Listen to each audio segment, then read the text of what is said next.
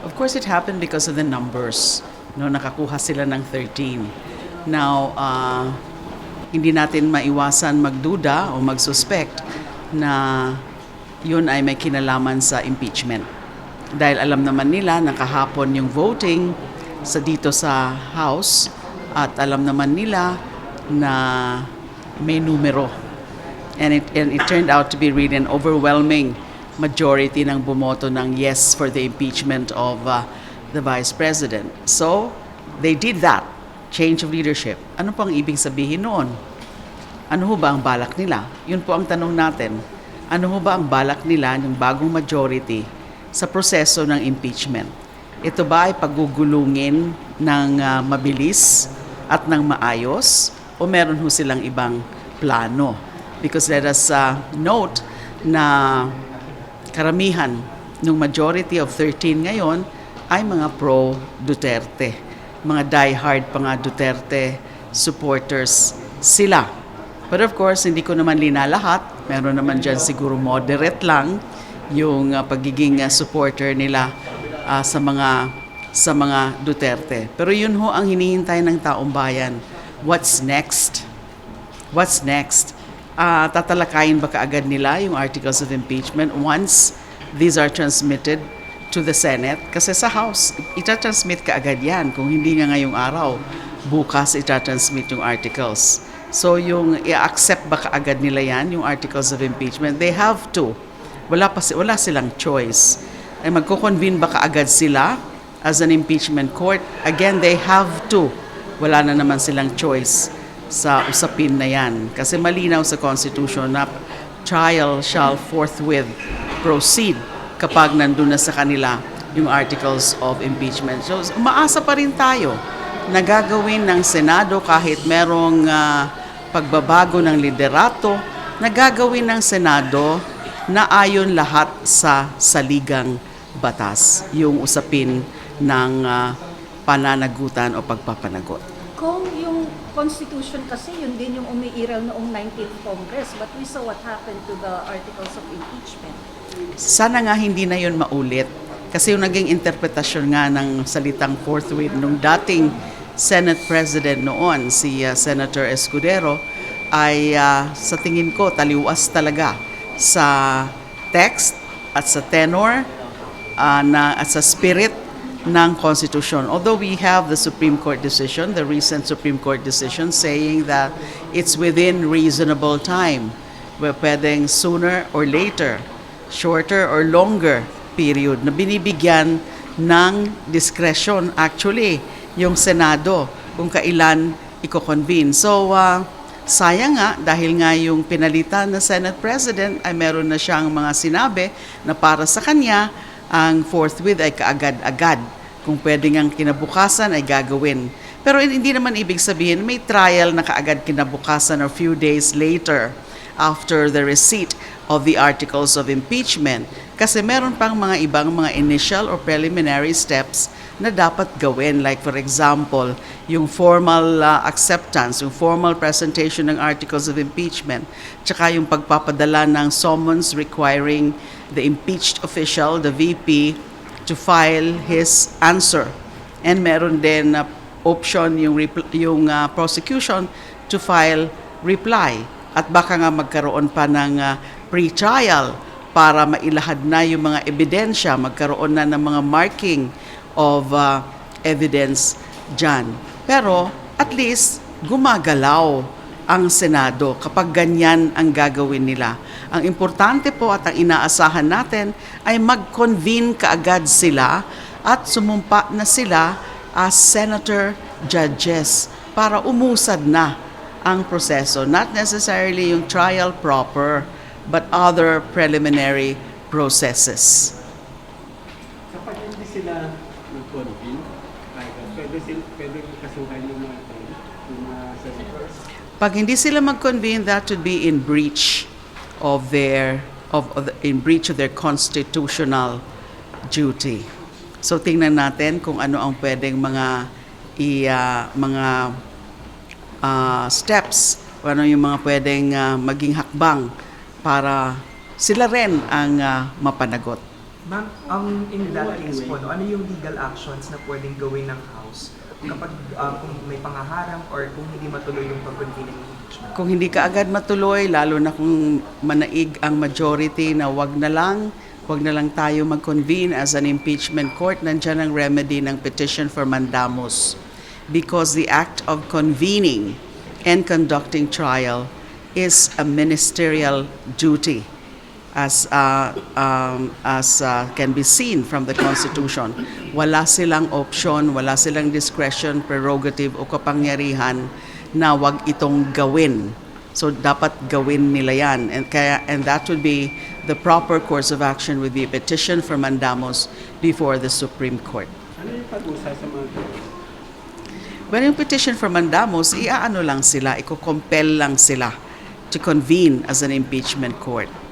Yun po ang ibig sabihin ng petition for mandamus. Now, if you're asking about meron bang administrative liability, criminal liability, then nandyan yung dereliction of duty, administrative, pwedeng sa ombudsman, yung ganyan na mga pagpapabaya sa kanilang constitutional duty. But I don't want to think about it at this point na pwede na silang kasuhan o pwede silang kasuhan lalo na criminally. Doon muna po tayo dun sa usapin ng pagko-convene talaga ng impeachment court. At pwede nga yun yung mandamus suit. Uuubos sa mga senador yan, ma'am.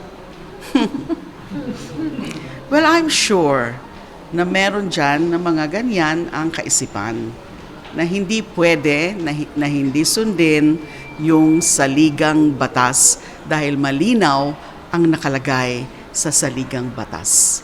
Ma'am, abogado naman si new Senate President. Yes, so he knows or he ought to know that.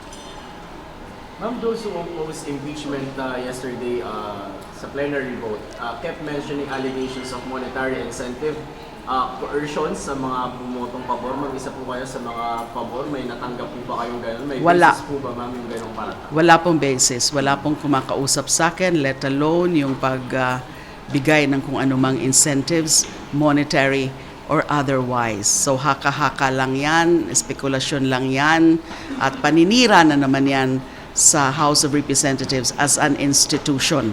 Panlilihis sa issue kasi sila dapat ang sumasagot. Sila dapat ang may pananagutan. So sila dapat ang magpaliwanag sa taong bayan tungkol sa mga charges against the Vice President.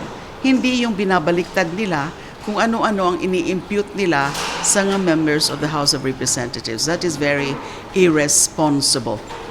Ma'am, sorry, follow-up question. Senator Bato de la Rosa yesterday evaded the arrest, but you have on that matter, ma'am. Ano po yung reaction niyo sa nangyaring pagtakbo ni Senator de la Rosa on the law that he also promised under oath to protect on his own? Nung pinakita sa akin yung video na yan na naghahabulan at muntik pa nga siyang madapa, natawa ako noon. And honestly, I view the scenery or the scenario, the scene, as pathetic.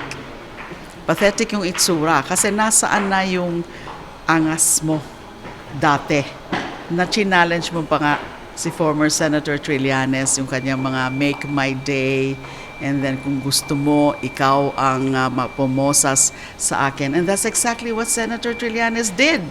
Nagpakita siya dyan to fulfill the wishes of Senator Bato. So nakakatawa and at the same time nakakaawa din. Kasi dapat alam niya yan. And he took the risk of going there. Hindi ba umugong naman talaga na meron ng warrant of arrest? Although the news reports were conflicting. Pero sana, at alam niya yan na meron ng warrant of arrest. Kaya nga siya nagtago for what? 4 months? Or more than 4 months? Hindi siya nagpakita sa Senado hindi para magtrabaho. Pero this time around, because of that, that planned coup against the Senate leadership. So nagpakita siya for that purpose, that's political actually in nature, hindi para magtrabaho. So alam niya yan, the risk. And then, ang nakakalungkot is ginagamit ngayon ang Senado as a sanctuary or a refuge. Dahil yung sinasabing protective custody ng Senado ay ano lang po yan yung magbibigay ng protection, magbibigay ng custody sa mga kung anong mga circumstances or sitwasyon, that is merely a tradition, which is a non-binding tradition. Wala po sa batas, wala po sa saligang batas na sinasabi na kapag ang isang miyembro ng Kongreso, whether sa House o sa Senado, at inaaresto ay dapat protektahan o bigyan ng refuge or sanctuary. Wala po yan sa batas at sa saligang batas at sa konstitusyon. At yung tungkol naman sa parliamentary immunity, yes, there is such a thing, parliamentary privilege from arrest if Congress is in session. But applicable only kapag yung ang ipapataw na parusa, yung imposable penalty is less than 6 years. So kung above 6 years, and clear yung crime against humanity, na ito ay punishable by reclusion perpetua. Yung sa akin noon, hindi po ako nagpakupkup sa Senado. Ako po ay nag-surrender at tapos sinerve sa akin officially yung warrant of arrest. Ang nangyari noon, noong February 13, 2017, nung narinig ko na sa news na meron ng linabas na warrant of arrest against me for those alleged illegal drug cases, those trumped up illegal drug trafficking charges, ay umuwi muna po ako noon sa aking bahay para magpaalam sa aking pamilya at kunin ang aking mga gamit dahil nga aarestuhin na ako. So in fact, nung pauwi na ako noon,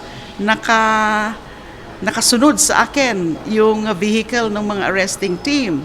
So pagkagaling ko po sa bahay na nagpaalam na po ako sa pamilya at nakuha yung aking things, bumalik po ako sa Senado dahil ayaw ko pong magpa-aresto sa bahay. Ayaw ko pong makita ng aking pamilya, ng aking anak, na ako ay yung kanilang nanay ay inaaresto. So bumalik po ako sa Senado at nag-overnight po ako doon dahil kailangan ko pang kausapin pa yung aking mga staff at meron pa nga hong mga supporters at ilan-ilan na mga senador na dumaan din po sa akin. So kinabukasan, the next morning kaagad, bumaba na po ako doon sa basement ng Senado, doon sa may parking area sa basement, at doon naghihintay yung arresting team ng PNP-CIDG at sinerve na ho sa akin officially. So wala po akong intention. I have no intention whatsoever na i-evade o magtago o magpakupkup. Wala po akong kinausap sa Senado para kupkupin ako ng Senado para lang hindi ako maaresto. Kasi alam ko in the first place na wala naman akong basehan na magpakupkup dahil nandyan yung warrant of arrest at hindi ako sakop ng parliamentary immunity. So dapat ganun din ang iniisip ni Senator Bato. Wag na niya pong gamitin yung Senado kasi nagpapasama po yan sa imahe ng Senado bilang isang institusyon. Thank you very much.